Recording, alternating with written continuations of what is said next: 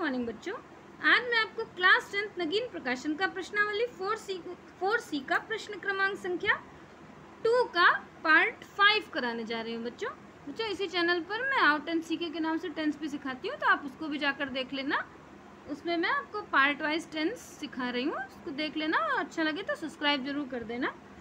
देखो क्वेश्चन हमारे पास दिया हुआ है कि बिना मूल ज्ञात किए निम्नलिखित समीकरणों की प्रकृति बताइए। देखो हमें इसका मूल नहीं निकालना है। मूल का मतलब जो दो हम गुणनखंड विधि से और पूर्ण वर्ग विधि से सबसे मूल निकालते थे, तो मूल नहीं निकालना है, बस हमें प्रकृति ज्ञात करनी है। तो प्रकृति ज्ञात करने के लिए आपको एक सूत्र मालूम होना चाहिए।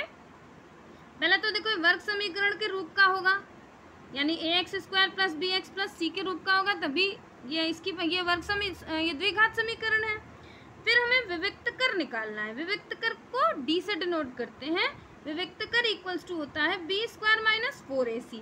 जैसे आपने द्विघात सूत्र पढ़ा या श्रीधराचार्य का सूत्र पढ़ा, देखो ये होता है ना, तो इसमें जो सिर्फ इतना सा पार्ट है यही विविक्त कर होता है, यानी b² - 4ac ये विविक्त कर होता है। अब शर्तें क्या हैं देखो, कि यदि विविक्त कर यानी ये जो d है, ये d बड़ा होगा 0 से, जब मतलब इसका आंसर आएगा 0 से ज़्यादा होगा, तो मूल वास्तविक और असमान होंगे। अगर d बराबर होगा 0 के तो मूल वास्तविक और समान होंगे, और अगर d 0 से छोटा होगा मतलब माइनस का नंबर होगा, तो मूल आपके काल्पनिक होंगे। ये इसकी शर्तें होती हैं। तो सबसे पहले तो देखो हमें हमें देखना है कि ये वर्ग समीकरण के रूप में है कि नहीं। तो लिख दो कि वर्ग समीकरण से तुलना करने पर, है ना। तो यहाँ लिख देते हैं ax² + bx + c = 0 से तुलना करने पर तो a की वैल्यू कितनी आ जाएगी, जो देखो जो x के आगे का नंबर है वो सब a का हो जाएगा, यानी a = आपके पास x से पहले का जितना नंबर, b + c, ये देखो a की वैल्यू हो गई।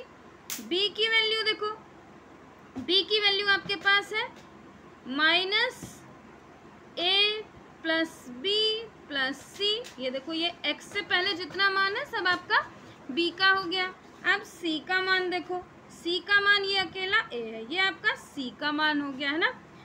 अब विविक्त कर का फॉर्मूला लिख दो, यानी d = b² - 4ac, ये विविक्त कर का फॉर्मूला हो गया। अब इसमें सब ये सारे वैल्यू रखते हैं।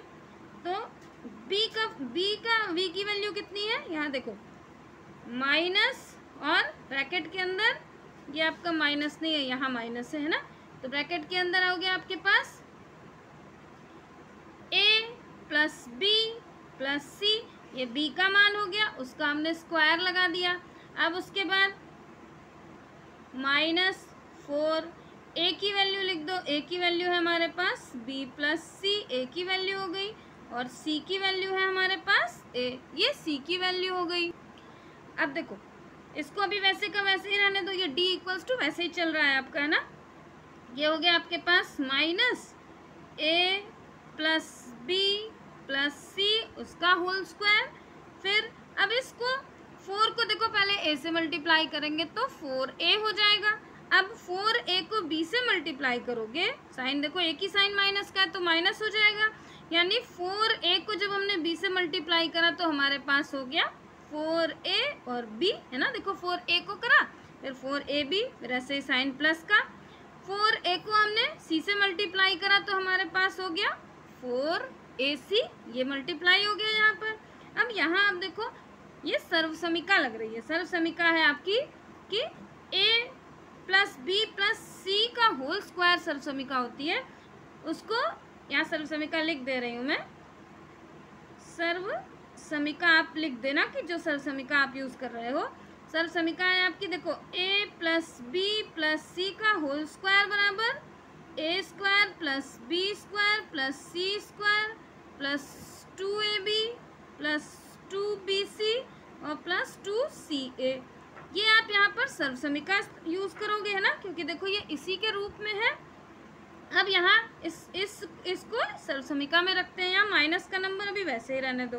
देखो ये माइनस हमने लिख दिया, अब यहाँ इसको इस फॉर्म में लिख देते हैं, यानी हमारे पास हो गया a², फिर प्लस सी स्क्वायर प्लस 2 और फिर देखो ये ए और ए इंटू बी फिर प्लस 2 ऐसे लिख दो प्लस 2bc प्लस 2ca हमने यहाँ लिख दिया। अब ये वाला नंबर वैसे का वैसे लिख दो। देखो माइनस का 4ab और यहाँ पर ये नीचे लिख दे रही हूँ मैं प्लस का 4ac, ये हमने लिख दिया है ना। अब देखो आगे माइनस को वैसे का वैसे रहने दो।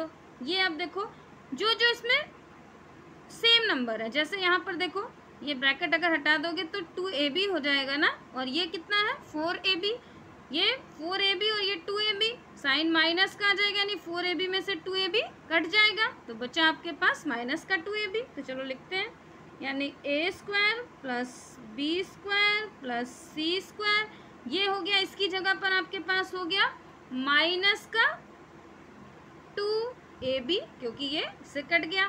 अब और देखो क्या कट रहा है, ये BC ये तो नहीं कट रहा है, इसको वैसे का वैसे लिख दो यानी 2BC, जो नहीं कट रहा है उसको लिख दो। यहाँ पर भी देखो ये CA है और ये AC, चाहे इसको भी वैसे लिख सकते हो भाई, इसको CA या AC एक ही नंबर है, उससे कोई फर्क नहीं पड़ता। ये आपका यहाँ पर भी देखो ये आपके पास हो गया 4 और यहाँ पर ये आपके पास है ये आपका बच्चों देखो ये माइनस का है, यहाँ पर ऊपर भी आप देख लो ये भी माइनस का है क्योंकि देखो प्लस माइनस इसको मल्टीप्लाई करा तो ये साइन माइनस का हो गया है ना। अब यहाँ पर देखो माइनस और ये माइनस है ना, माइनस माइनस आपके पास हो गया दोनों। इस लाइन को आप फिर से समझ लो एक बार। देखो क्या हुआ हमारे पास, हमने लिख दिया a square plus b square plus c square, इसको मल्टीप्लाई कर दिया, इसमें से ये कट गया आपके पास 2ab में से 4ab माइनस हो गया तो माइनस का 2ab आ गया, इसको हमने वैसे का वैसे लिख दिया, 2bc यहाँ लिख दिया। अब यहाँ देखो ये 2ca प्लस का है, ये माइनस का है तो साइन माइनस का आ जाएगा क्योंकि 4ac में से ये 2ac माइनस हो जाएगा तो आपके पास आ गया माइनस का 2ac। अब ये नंबर खत्म हो गया ना। अब इक्वल्स टू ये हो गया आपके पास 0। अब यहाँ देखो देखो यहाँ पर अगर हम खाली प्लस प्लस के नंबर लेते तो यानी यहाँ बीच में से प्लस प्लस के नंबर आने चाहिए थे, लेकिन यहाँ पर आपके पास 2 माइनस के नंबर है ना, यानी a square plus b square plus c square में देखो यहाँ पर ये माइनस है ये माइनस है। जब माइनस के 2 नंबर होते हैं तो देख लो जो कॉमन होता है तो यानी ये वाला आपका इस रूप का हो जाएगा, माइनस को यहाँ माइनस रहने दो, ये बन गया आपके पास माइनस का a फिर माइनस का b और प्लस का c, क्योंकि 2 नंबर माइनस के हैं तो ये माइनस का आपका हो गया, इक्वल्स टू हो गया आपके पास 0। अब माइनस को आप कॉमन ले लो, जब आप माइनस को कॉमन ले लोगे तो यहाँ पर हो गया साइन चेंज हो गया, ये हो गया आपके पास a, माइनस का था ना प्लस का हो गया, ये माइनस का था प्लस का हो गया यानी ab, और ये माइनस का हो गया c, उसका होल स्क्वायर हो गया 0, यानी d बराबर कितना हो गया, ये नंबर हो गया।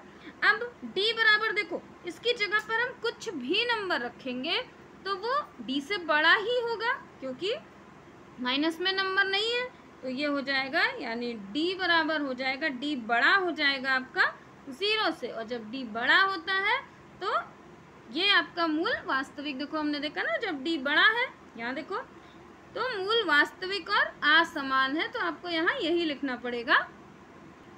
बस यहाँ लिख दो कि अतः समीकरण की प्रकृति वास्तविक और असमान है। बच्चों क्वेश्चन थोड़ा बड़ा था, अगर समझाने का तरीका अच्छा लगा तो कमेंट बॉक्स में कमेंट करके ज़रूर बताना। अगर कहीं किसी लाइन में आपको कुछ समझ में ना आए तो आप बताना, मैं उसको कमेंट बॉक्स में कमेंट करके बताना, मैं उसको फिर से एक्सप्लेन कर दूँगी। बाय बच्चों।